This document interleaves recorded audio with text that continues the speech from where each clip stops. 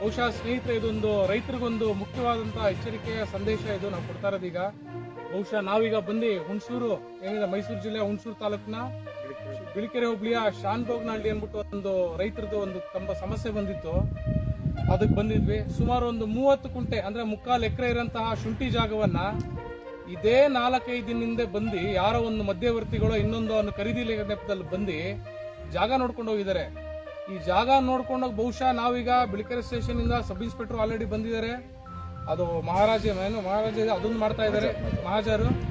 ಜೊತೆಗೆ ನಾವು ಮುಖ್ಯವಾಗಿ ಕೊಡ್ತಿರೋದು ಸಂದೇಶ ಬಂದು ರೈತರುಗಳಿಗೆ, ಮುಂದಿನ ದಿನಗಳಲ್ಲಿ ನಿಮ್ಮ ಬೆಳೆನ ಈಗ ಆಲ್ಮೋಸ್ಟ್ ಅಲ್ಲಿ ಈಗ ನೀವು ನಿಮ್ಗೆ ಗೊತ್ತು ಇಂಥ ಬರಗಾಲ ಪರಿಸ್ಥಿತಿ ಇದೆ ಕರ್ನಾಟಕದಲ್ಲಿ.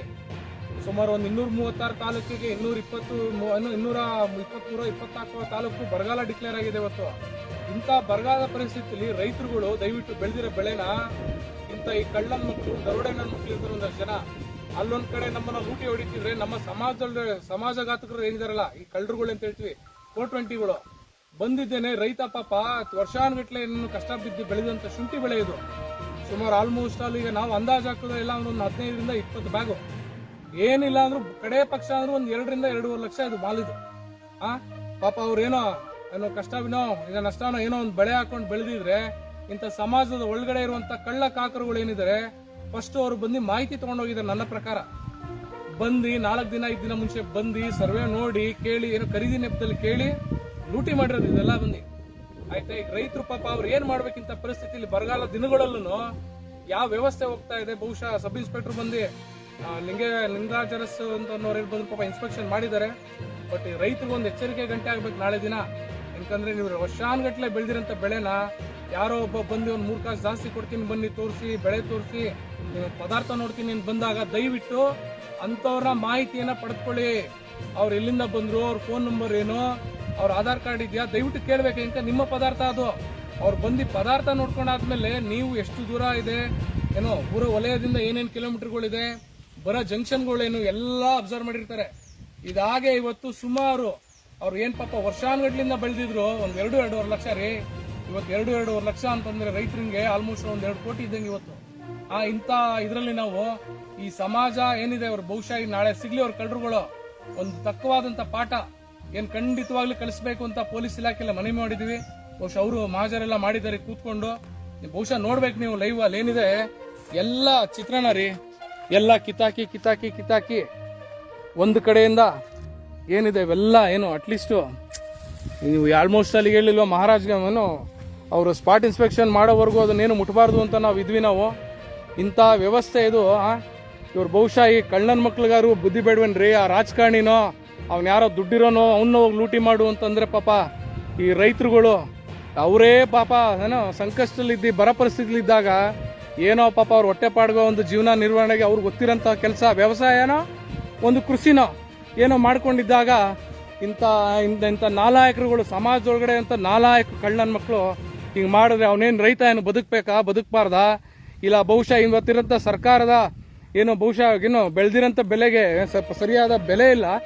ಇದ್ರ ಮಧ್ಯ ಸಮಾಜದಲ್ಲಿ ಇಂಥವ್ರದ್ದೊಂದು ಹಾವಳಿಗಳು ಶುರುವಾಗಿದೆ.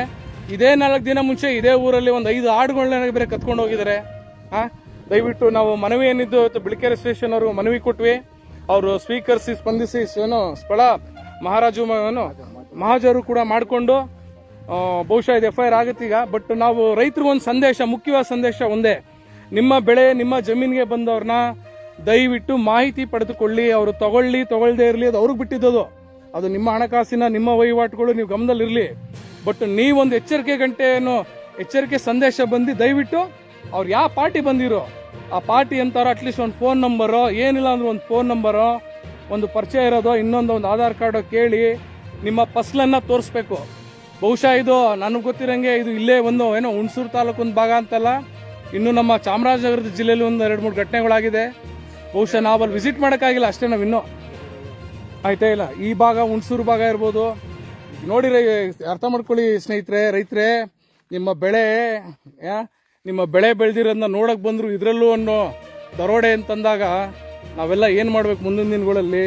ಬಹುಶಃ ಇಲ್ಲಿ ಪ್ರೊಡಕ್ಷನ್ ಆಟೋಮೆಟಿಕ್ ಜಾಸ್ತಿ ಆದಾಗ ಜನಸಾಮಾನ್ಯರಿಗೆ ಇದು ಹಣದುಬ್ಬರನೂ ಜಾಸ್ತಿ ಆಗುತ್ತೆ, ಕಾಸ್ಟಿಂಗು, ಇದನ್ನೆಲ್ಲ ಇಂಟರ್ಲಿಂಕ್ಡು. ಸೊ ದಯವಿಟ್ಟು ರೈತರುಗಳೊಂದು ಎಚ್ಚರಿಕೆ ಇಟ್ಕೊಂಡು ಮುಂದಿನ ದಿನಗಳಲ್ಲಿ ನಿಮ್ಮ ಫಸಲನ್ನ ಯಾರೇ ನೋಡಕ್ ಬಂದ್ರು ಅವರ ಮಾಹಿತಿಯನ್ನು ದಯವಿಟ್ಟು ಕಡ್ಡಾಯವಾಗಿ ಕೇಳಿ ಪಡೆಯಿರಿ. ನಿಮ್ಮ ಪದಾರ್ಥ ಅದು ಹಿಂಗ್ ಇವತ್ತು ನೋಡ್ಕೊಂಡು ಹೋಗಿ 4 ದಿನಕ್ಕೋ 5 ದಿನಕ್ಕೋ ಬಂದು ನಿಮ್ಗೆ ಗೊತ್ತಿಲ್ದಿರಂಗೆ ಲೂಟಿ ಮಾಡ್ಕೊಂಡು ಪಾಪ ಹೇಳಿಲ್ವೇ ರೈತರು? ಅಣ್ಣ ಎಷ್ಟೋ ಐತೀಗ ಅಂದಾಜು 60 ನಿಮ್ ಲೆಕ್ಕ. ಅವರು ಮಹಾರಾಜ ಮಾಡಿದ್ದು ಒಂದು 15 ಮೂಟೆ. ಈಗ ಒಂದು ಅವ್ರ ಲೆಕ್ಕ ಬಂದು ನಿಮ್ಗೆ ಅಂದಾಜು ಎಷ್ಟು ನಷ್ಟ? ಅವ್ರು 2 ಲಕ್ಷ ಹಾಕವ್ರೀಗ. 25 ಮೂಟೆ ಕುಂಟಾಲ್ ಲೆಕ್ಕ. ನಿಮ್ದು ಎಷ್ಟು ಜಮೀನು ಇದು ಟೋಟಲ್? ಟೋಟಲ್ ಒಂದು 3 ಎಕರೆ 17 ಕುಂಟೆ. ನೋಡಿ, ನೀವು ಅಷ್ಟೇ ಮುಂದಿನ ದಿನಗಳಿದ್ದು ನಿಮ್ಮ ರೈತ ಯಾರಿದ್ದಾರೆ ರೈತ ಸಂಘದವ್ರಿಗೂ ಮಾಹಿತಿ ಕೊಡ್ಬೇಕು. ನೀವು ಯಾರೇ ನಿಮ್ಮ ಜಮೀನೊಳಗಡೆ ಬಂದಾಗ ಅವರ ಮಾಹಿತಿ ತಗೊಂಡು ನಿಮ್ಮ ಫಸಲನ್ನ ತೋರಿಸ್ಬೇಕು ನೀವು. ಅದು ಇದೆಲ್ಲ ನಾವು ನೆಕ್ಸ್ಟ್ ಯಾರ ರೈತರಿಗೆ ಅವೇರ್ನೆಸ್ ಕೊಡಬೇಕು, ಒಂದು ಎಚ್ಚರಿಕೆ ಕೊಡಬೇಕು, ಸಂದೇಶ ಕೊಡ್ಬೇಕು. ನಾವು ಕೊಡ್ತಾ ಇರ್ತೀವಿ. ಈಗ ನಿಮ್ಗೆ ಆಗಿರೋದು 4 ಜನಕ್ಕೆ ಆಗಬಾರ್ದು ಅಂತ ಅಷ್ಟೇ ನಮ್ಮ ಉದ್ದೇಶ. ಈಗ ಆಗಿದೆ. ಇನ್ಸ್ಪೆಕ್ಟರ್ ಬನ್ನಿ ಸ್ಟೇಷನ್ಗೆ ಹೋಗೋಣ. ಅದೇನಿದೆ ಒಂದು FIR ಮುಗಿಸ್ಬಿಟ್ಟು ಅವ್ರೇನು ಕಾನೂನು ರೀತಿ ಏನು ಕ್ರಮ ಏನಿದೆ, ಕಳ್ಳರುಗಳನ್ನ ಅಯೋಗ್ಯರುಗಳನ್ನ ಏನು ಹುಡುಕ್ತಾರೋ ಹುಡುಕಲ್ವೋ ಅವ್ರು ಹೆಂಗೆ ಸಿಗಾಕಬೇಕು ಅಂದ್ಬಿಟ್ಟು ಇವತ್ತಿನ ಟೆಕ್ನಾಲಜಿ ಇರೋ ಲೆಕ್ಕದಲ್ಲಿ ಅವ್ರು ಸಿಗಾಕೊಳ್ಳೇಬೇಕು. ನೋಡೋಣ, ಬಿಡೋದು ಬೇಡ, ಇಂಥವ್ರಿಗೆಲ್ಲ ಒಂದು ಪಾಠ ಕಲಿಸ್ಬೇಕು ಅಂತ ಹೇಳ್ತಾ ನಾನೊಂದು 2 ಮಾತು ಮುಗಿಸ್ತಾ ಇದ್ದೀನಿ. ಆಯ್ತೆ. ನಮ್ಮ ಜೊತೆ ನಮ್ಮ ರಾಜೇಗೌಡರು ಬಂದಿದ್ದಾರೆ, ಮೈಸೂರು ಜಿಲ್ಲಾ ಸಂಘಟನಾ ಕಾರ್ಯದರ್ಶಿ ಹಾಗೂ ಹುಣಸೂರು ತಾಲೂಕಿನ ಯುವ ಘಟಕದ ಉಪಾಧ್ಯಕ್ಷರು. ಆಯ್ತು, ಹೇಮಂತ್ ಕುಮಾರ್ ಅಂದ್ಬಿಟ್ಟು ಇವ್ರು ರೈತರು, ಶ್ರೀಧರ್ ಅಂದ್ಬಿಟ್ಟು. ಆಯ್ತು ಸರ್, ಇಷ್ಟು ಸರ್ ಹೋಗೋಣ ಸರ್. ಆಯ್ತಲ್ಲ, ಬನ್ನಿ ಹೋಗೋಣ. ಧನ್ಯವಾದ ಸ್ನೇಹಿತರೆ.